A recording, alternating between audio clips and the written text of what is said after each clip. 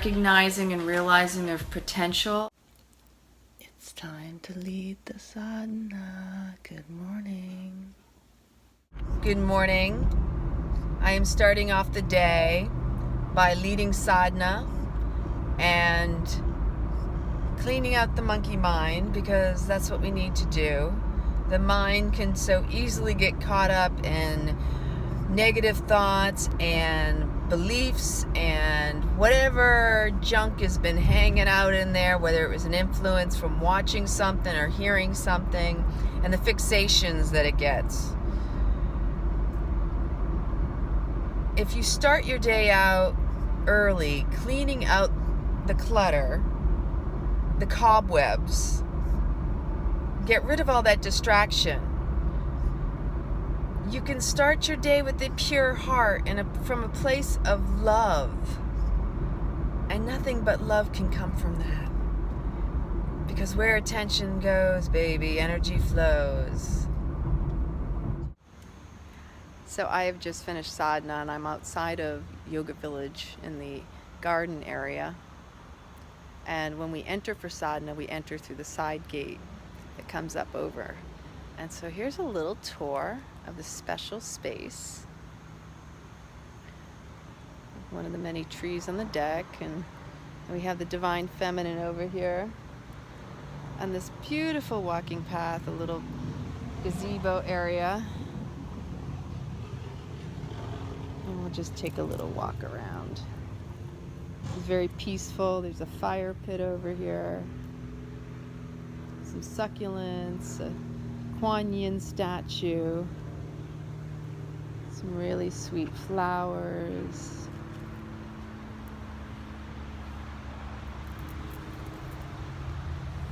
So pretty. Very peaceful in the morning when nobody's out, but you can still hear the road traffic from the distance.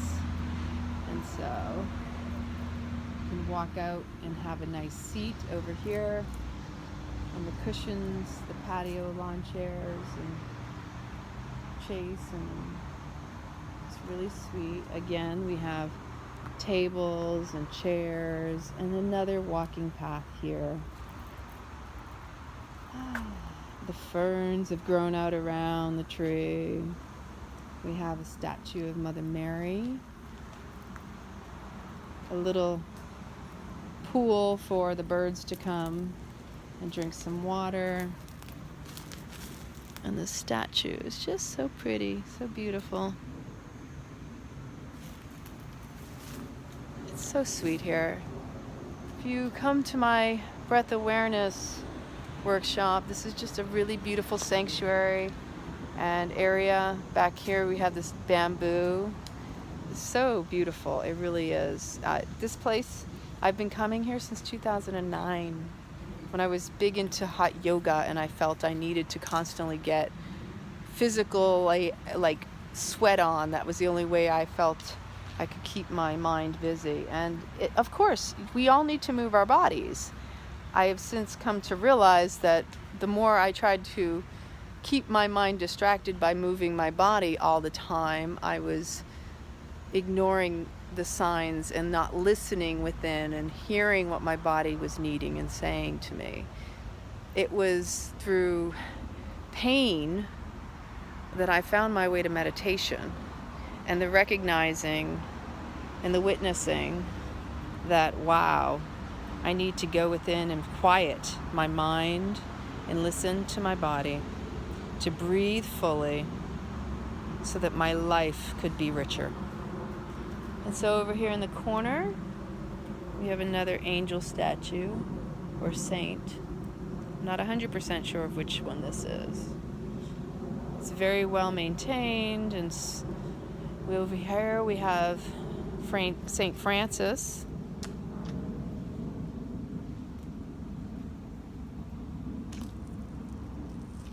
And so yeah, again, August 5th. 1:30 to 3:30. Join me for breath awareness, tapping into your breath so you can breathe more fully, the richness of life. And yeah, we can hang in the garden for a little bit afterward if you'd like. I also will be teaching a class afterward. So if you notice, I don't know if you can see this feminine form. This is her head, her breasts, her torso, her legs crossed. She's quite special. And if you are in tune with your feminine, it makes all the difference. And this is a time for healing, men and women alike. We both embody feminine and masculine. Nobody is without. It's just that we need to reintegrate and become whole so that we are fully one with self. Hello, hello, hello. Good Friday, Saturday afternoon. Saturday. Oh, is it morning still, huh? Yeah, what is it, 11:30? No, it's just after 11. It's between 11 and 11:30. So yeah, somewhere in there. So we made it to the event. This is what? Mind, Body, Spirit, Holistic Health in Tampa Bay, Florida. We really have no idea what we're doing or who's going to be here, but we decided just to go play and just go spread the love, right? What?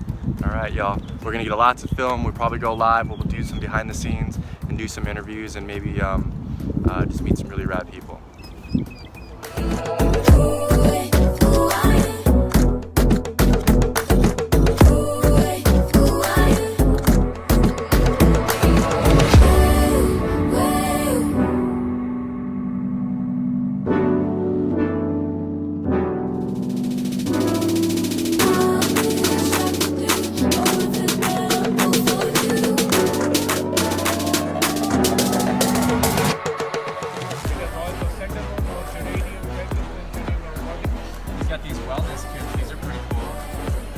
They are scientific reason for that.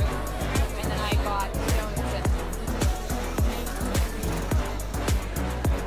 Wow. I know zeolites are all... Wow. See this line? Hello. Hi. I do really like the soft.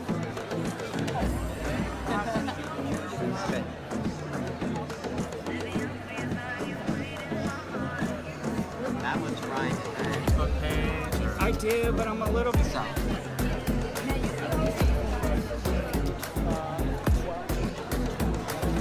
Stargate.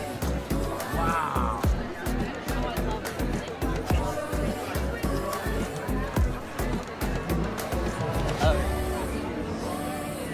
20 seconds?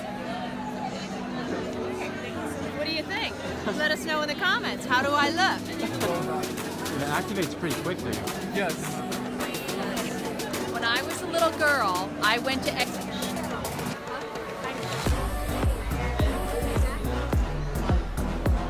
success rate for the past 18 years. I appreciate that. What's the group? I'll like the group and I'll...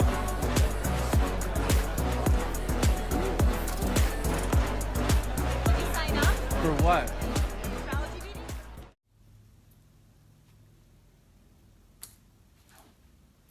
Good evening and welcome for another episode of Let's Talk.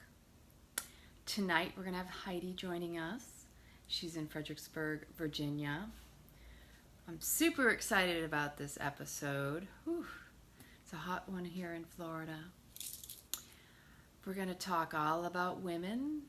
We're going to talk about plant medicine, American Indian cultures and traditions. Good evening, William and Terry Ann. How are you? It's going to be a varied conversation, a dialogue. We're going to get to know our rock and rad star.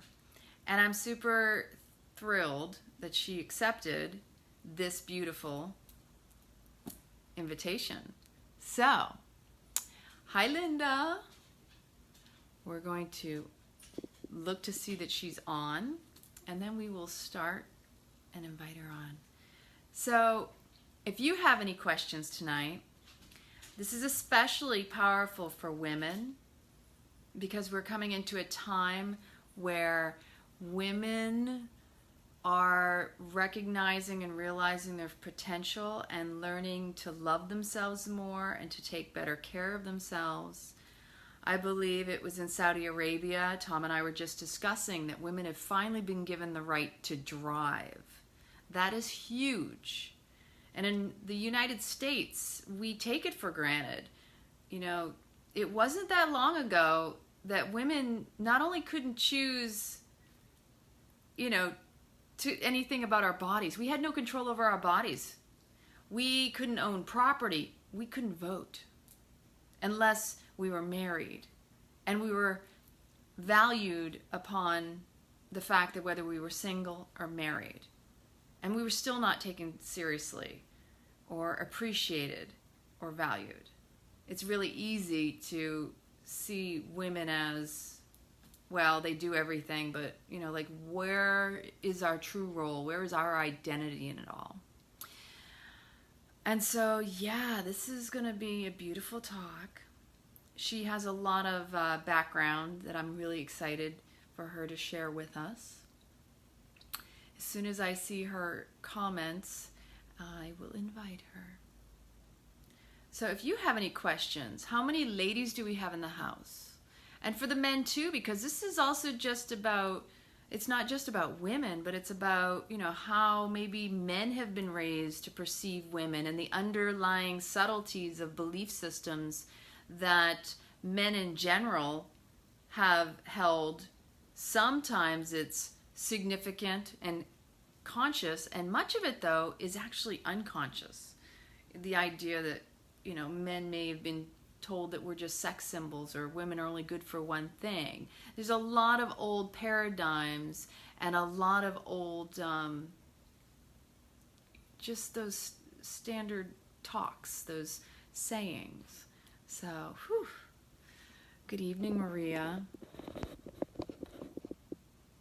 I am sweating because it is hot here in Florida, and I am on my moon cycle. So make sure you have your water and something to drink or something to snack on. Good evening, Cindy.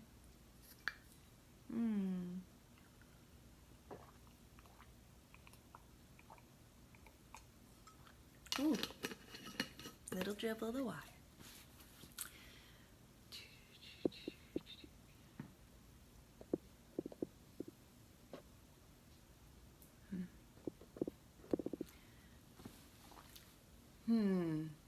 So I don't know how many of you out there saw what I posted earlier. It's really about body shaming too, because as women, we've had a lot of issues with our own body image.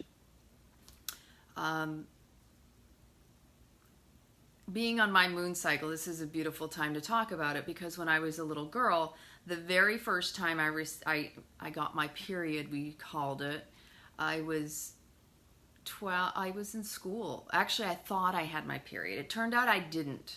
That was the misunderstanding. I thought I had my moon cycle, and it turned out it wasn't what I thought it was. So, you know, because back in those days, they brought you in to hear so-and-so's story. Like, there was this video, we were brought to the nurse's office, the girls all sat around and watched this story about this girl who got her period, and they explained it. And it was a little bit weird and awkward. The boys might have walked by, and it was like, woo-hoo-hoo, you know, they chuckled and they teased. And in the case of when I had to go to the nurse's office thinking I had my period, I got this thick pad. Does anybody remember? They were straight. It was about this big, and it was huge. And I was like, oh my gosh, you couldn't hide it. It felt like you had some big diaper in between your legs.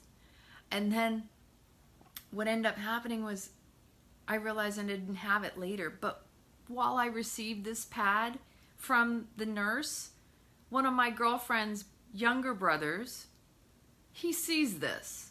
And I'm like mortified. And it was very awkward. And then, you know, later on I got teased about it. And I was just shamed. I was embarrassed. It was all that, ooh, you know, like the things we go through at those ages, 12 years old, that feeling of, oh my gosh, what are people going to think of me? And a lot of that is because of the idea that, oh, you know, it's unsanitary, it's disgusting, it's gross, it's blood. When in reality, it's a natural cycle. It's the rhythm. It's part of our womanhood. It's what many cultures celebrate. Our culture does not. Our culture, if anything, it's embarrassing. It's gross. It's icky. It's ew. It's blood. But yet as women, we birth.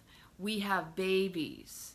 We give life. We shed our lining. We ovulate. We go through different cycles every single week. There's a lot that our physical bodies go through that nobody ever sees on the outside. That's exhausting, draining, regaining, it's rejuvenating, restoring, and then healing and releasing and shedding.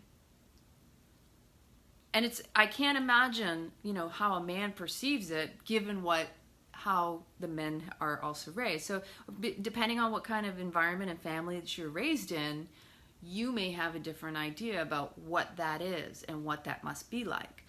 And to really ever put men and women on the same level bar is totally impossible, especially from a biological perspective, let alone a mental perspective or a social perspective, because they're completely different. And then go back to what is your cultural background, what is your ethnicity, your race. All of this factored in changes all the dynamics of how we're perceived as men and as women.